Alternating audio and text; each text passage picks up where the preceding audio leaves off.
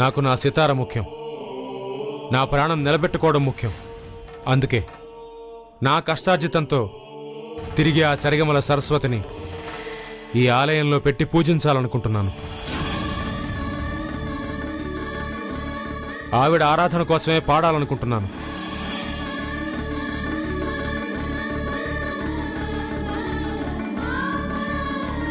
అందుకే నేను మళ్ళీ కచేరీ చేయాలనుకుంటున్నాను. చాలా థ్యాంక్స్ గురువు గారు, చాలా థ్యాంక్స్. అడ్వాన్స్ ఇచ్చి కచేరీ రోజు అరగంట ముందు కారు పంపండి. అలాగే.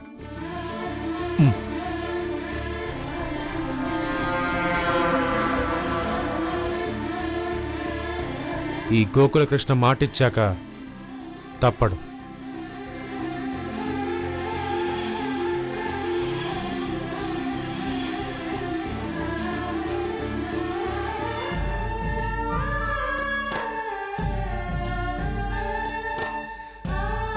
మీరు రాగానే అవతలికి నెట్టి తలుపులు వేద్దామనుకున్నాను. కచేరీ కోసం వచ్చామన్నారు. మీ అదృష్టమో మా అదృష్టమో, సమయానికి వాడొచ్చి కచేరీ చేస్తానన్నాడు. మీరొచ్చిన వేళ విశేషం. వాడి మనసు మారింది. కూర్చోండి, కాఫీ తాగి వెళుదురు గాని. పర్లేదమ్మా, ఇప్పుడు అవన్నీ ఎందుకు, మేం బయలుదేరతాం. మాకింత సంతోషాన్ని కలిగించి వెళ్ళిపోతానంటే ఎలా? కూర్చోండి ఒక్క నిమిషం.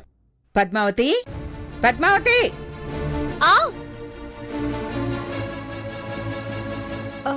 పిలిచారా అండి? పిలిచింది వినపడేగా వచ్చా, మళ్ళీ పిలిచారా అంటావే? వెళ్ళి వీళ్ళకి కాఫీ తీసుకురా. నువ్వా? నువ్వెక్కడున్నావేంది?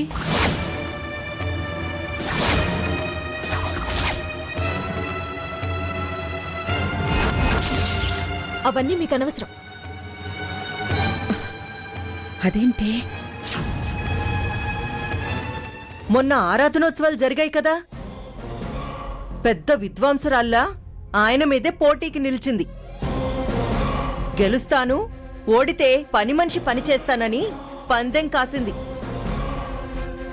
ఓడింది, పని మనిషిగా వచ్చింది.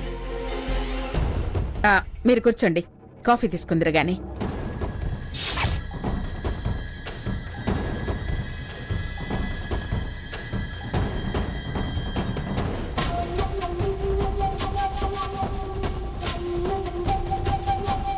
కాఫీ తీసుకోండి. గురువుగారిని గెలుద్దామనే పందెం కట్టావా? తాహతుకు మెచ్చిన ప్రయత్నాలు చేస్తే ఇలాగే చితికిలపడాల్సి వస్తుంది. పూర్తిగా తెలియకుండా మాట్లాడొద్దు. కాఫీ తాగండి. పని మనిషిగా వచ్చినా గాని పొగరు తగ్గలేదే నీకు? పని పని, ఆత్మాభిమానం ఆత్మాభిమానం.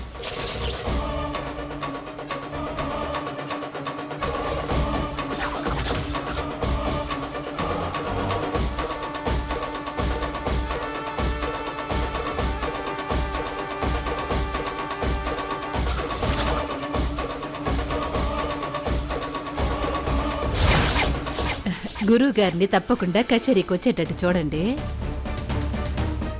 అయ్యో, మాటిచ్చి అడ్వాన్స్ తీసుకున్నాడుగా, మీరు ధైర్యంగా ఉండండి. మేం వెళ్ళి రావడం తర్వాత మీరు మీ భర్త రేపు మా అమ్మాయి పుట్టినరోజు ఏడికి రావాలా?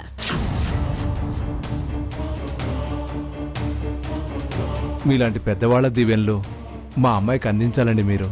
పుట్టినరోజు పండగలకి నేనెందుకు? చాలా సాంప్రదాయంగా చెయ్యాలనుకుంటున్నాం. మీలాంటి వాళ్లే వేడుక్కి నిండుగా ఉంటారు, మాకు పండుగగా ఉంటది. నాకు బయటికి రావడం కుదరదు. ఇంట్లో పచ్చపు మనిషిన్నాడు. ఒక్క పూటకేమవుతుంది, వాళ్ళని కూడా తీసుకురండి. నేనైతే తప్పకుండా వస్తాను. పాడ్డానికి ఆయన ఎలాగూ వస్తారు కాబట్టి పార్టీ అవగానే బ్యాలెన్స్ డబ్బులు మాత్రం నా చేతిలో పెట్టాలి. అవును, నా కొడుకు కోడలు ఇద్దరూ వస్తారు. మీ అమ్మాయికి నా ఆశీర్వాదం ఎప్పుడూ ఉంటుంది. ఎంతండి? కొండంత దేవుడికి కొండంత పత్రి అడగన్లేండి. 10 ఇచ్చారుగా, మిగతా 40 ఇవ్వండి, సరిపోతుంది. అయ్యో, తప్పకుండా ఇస్తామండి.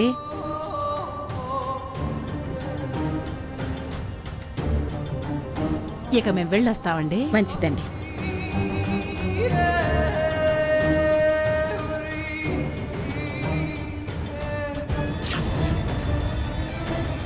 సితారా వాళ్ళు తీసుకుపోవడమే మంచిదైంది. వీడు మళ్ళీ కచేరీకి గొంతు విప్పుతున్నాడు.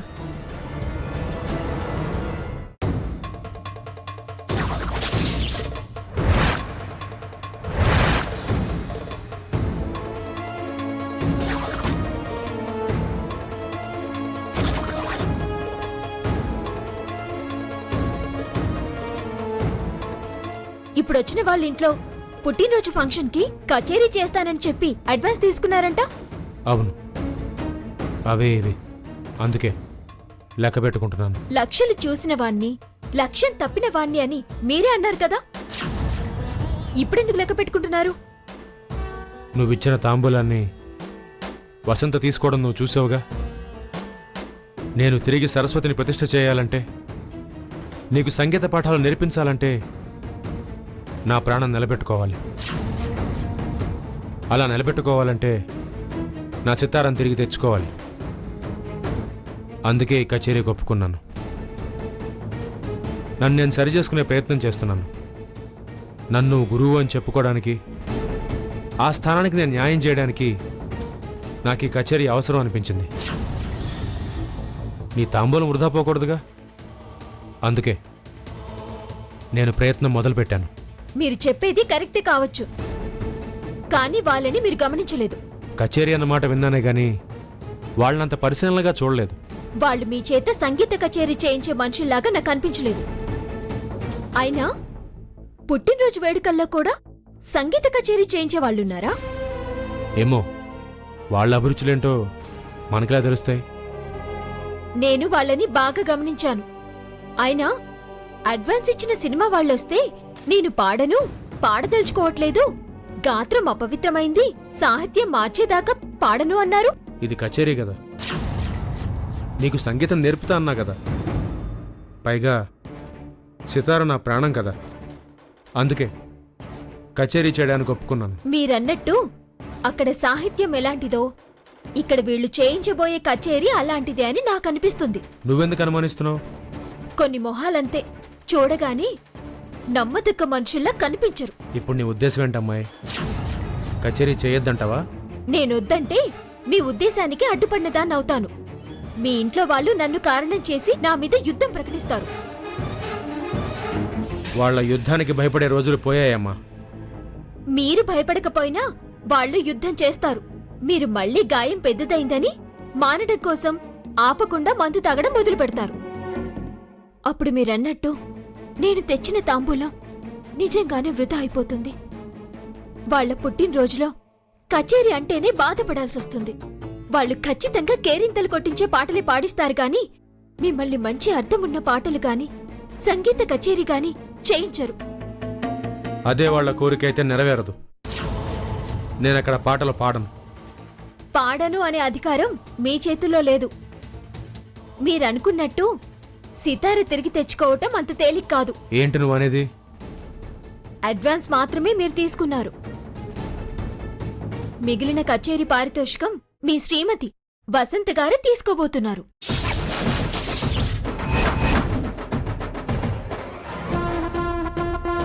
నిజమా?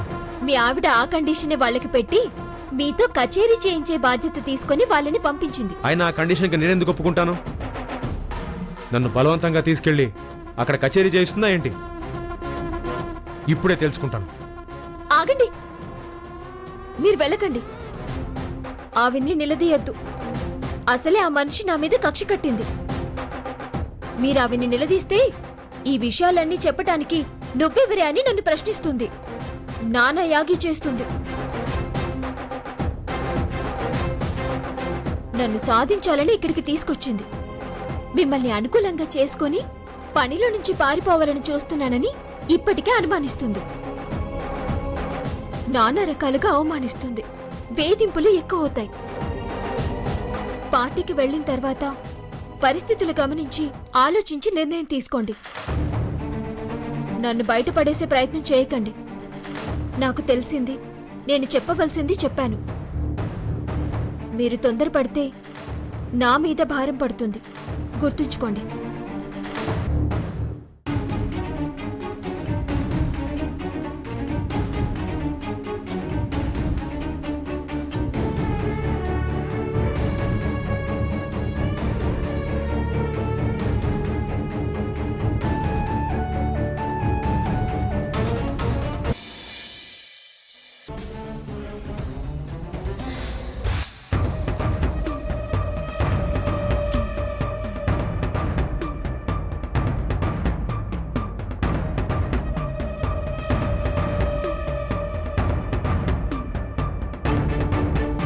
ఈ వైట్ షర్ట్తో నా తడాక ఏంటో చూపిస్తాను.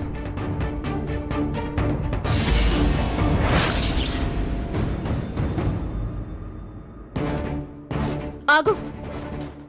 ఎక్కడికి వెళ్తున్నావు? లోపలికి. అత్తయ్య గారు మావయ్య గారు గుడికి వెళ్లారు. మీరు బయలుదేరొచ్చు. హలో, నేను వాళ్ళ కోసం రాలేదు, మరి గోవింద్ కోసం వచ్చాను. ఓ గోవింద్ కోసమా? ఎందుకు? ఎందుకైతే నీకెందుకు? చూస్తుంటే ఏదో డ్రెస్ కొన్నట్టున్నావు. ఎవరికి? ఎవరికైతే నీకెందుకు? అబ్బాయి డ్రెస్ కదా అని అడిగాను. నువ్వు వేసుకుంటావా? అబ్బాయి డ్రెస్ నేను వేసుకోవడం ఏంటి? మరి నీకు ఆ వివరాలు ఎందుకు? ఈ ఇంటికి తెచ్చావు కదా అని అడిగాను. నువ్వు అడిగితే నేను చెప్పాలా? ఎవరికో ఒకళ్ళకి. ఎవరికైనా నీకు అనవసరం. వెళ్ళి ఆ బజ్జీలు చేసుకోపో. అలాగే బుజ్జి. ఇవాళ బజ్జీలు కాదు, జంతికలు. గిద్దెలు పెట్టి వత్తాలి. అదే పిండిని. గోవింద్ ఎక్కడున్నాడు? చాచి కొడితే మొహం పచ్చడవుతుంది. ఎందుకు పచ్చడయ్యేది? లేకపోతే గోవింద్ ఎక్కడా, మాధవుడెక్కడా, కృష్ణుడెక్కడా అని నన్ను అడుగుతావే? కావాలంటే వెళ్ళి నువ్వే వెతుక్కో. ఛ!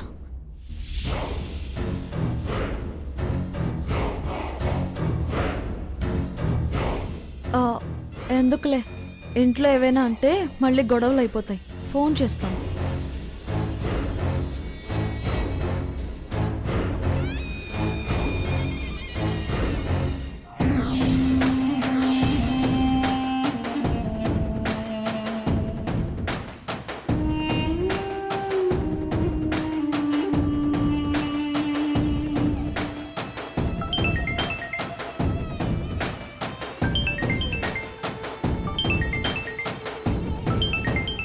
దామిని,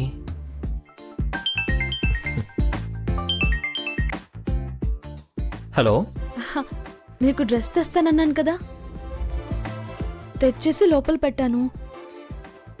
నా కోసం ఒక్కసారి వేసుకొని కనిపించరా ప్లీజ్? నా సాటిస్ఫాక్షన్ కోసం. ఆ, మ్.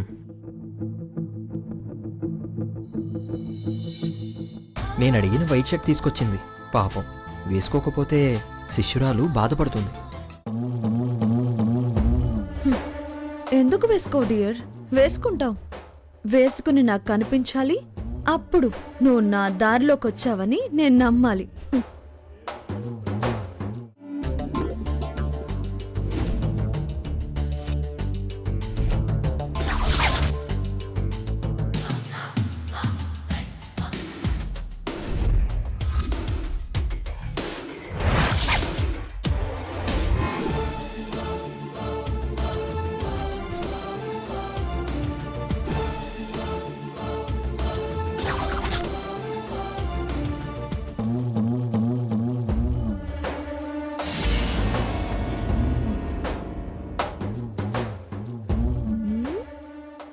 ఇదేంటిది?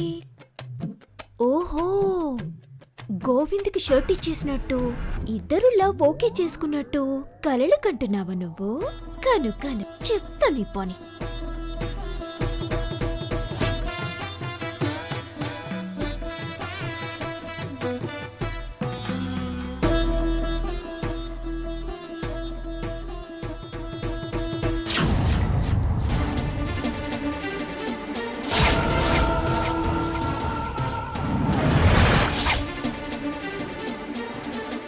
గోవిందు లేడు, శ్రీనివాస్ బాబు గారు ఉన్నారు. దామిని ఇందాక ఇచ్చిన షర్ట్ ఇదే. అటేమో గోవిందుతో సరిగమా అంటుంది, ఇటేమో షర్ట్ ఇచ్చి బావగారితో సరిగమా అంటుంది. ఇద్దరికి ఒకళ్ళొకరికి తెలియకుండా ఒకళ్ళొకళ్ళని మార్చేస్తున్నావా? వీళ్ళని అడ్డు పెట్టుకుని కేసు నుంచి బయటపడాలని చూస్తున్నావా? చెప్తానే, చెప్తా నీ సంగతి.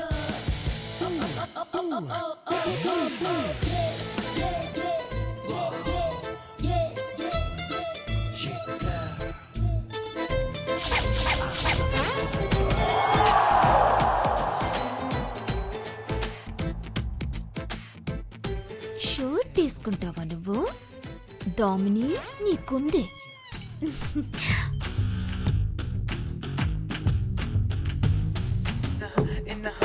బావగారు కాఫీ.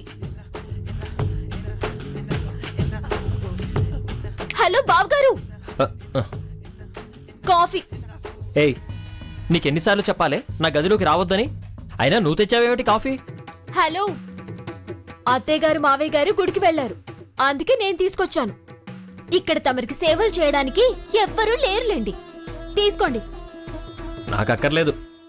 తీసుకోమంటుంటే నాకు అక్కర్లేదంటున్నానా? ఈ తీసుకోమంటుంటే ఏయ్!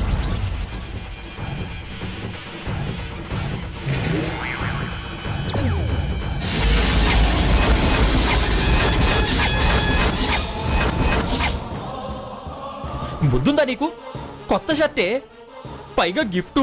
అయ్యో గిఫ్టా? అయ్యో అయ్యో బావగారు, అయ్యో ఆరిపోతే మరకపోదు. ఇవ్వండి, నేను ఉతికిచ్చేస్తాను. ఏం అక్కర్లేదు. అటు తిరుగు.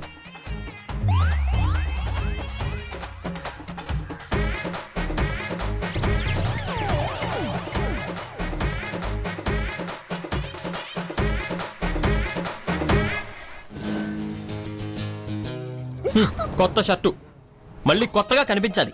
ఆ ఇది ఎంత కొత్తగా అవుతుందో నువ్వే చూస్తావుగా. పైగా గిఫ్ట్ చూస్తావుగా, మీకు ఎంత కొత్తగా కనిపిస్తుందో.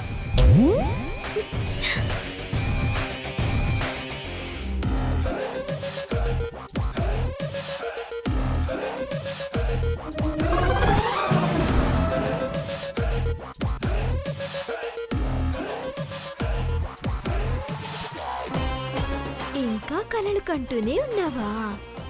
గిఫ్ట్ ఇదే కదా నీ గిఫ్ట్. చెప్తాను గిఫ్ట్ పని.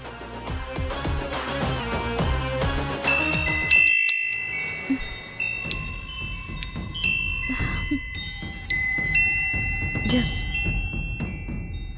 గోవిందరాజు, నువ్వు నా లైన్లోకి రావటం ఖాయం. నీ చేత ఆ కేసు విత్డ్రా చేయించడం ఖాయం. వేసుకున్నాడా లేదా షర్ట్? ఇంకా రాడేంటి?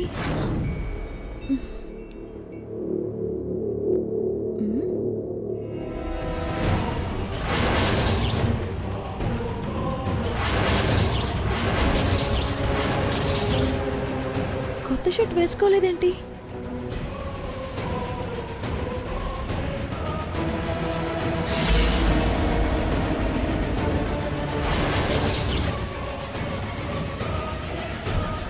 ఇంతకీ ఆ షర్ట్ అక్కడే ఉందా లేదా? షర్ట్ లేదు. ఇదేంటి, తెచ్చిన షర్టు లేదు, గోవిందేమో వేసుకోలేదు. మరి నేను తెచ్చిన షర్ట్ ఏమైనట్టు?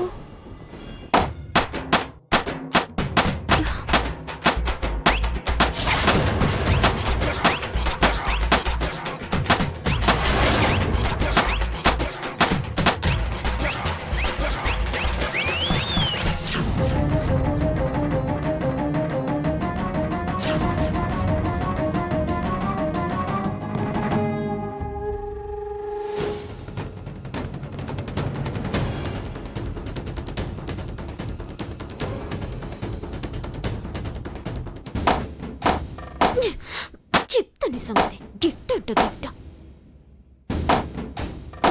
ఏయ్, కొత్త షర్ట్ ఏం చేస్తున్నావే? Stop it. అది నేను తెచ్చిన గిఫ్ట్. ఆయన నీ దగ్గరికి ఎలా వచ్చింది? ఎలా వచ్చిందా? కాఫీ పడింది, అందుకే ఉతుకుతున్నా. కొత్త షర్ట్ మీద కాఫీ పడ్డం ఏంటి? అది ఈ షర్ట్ ఇచ్చిన వాళ్ళని వెళ్ళడుకోపో, వాళ్ళు చెప్తారు.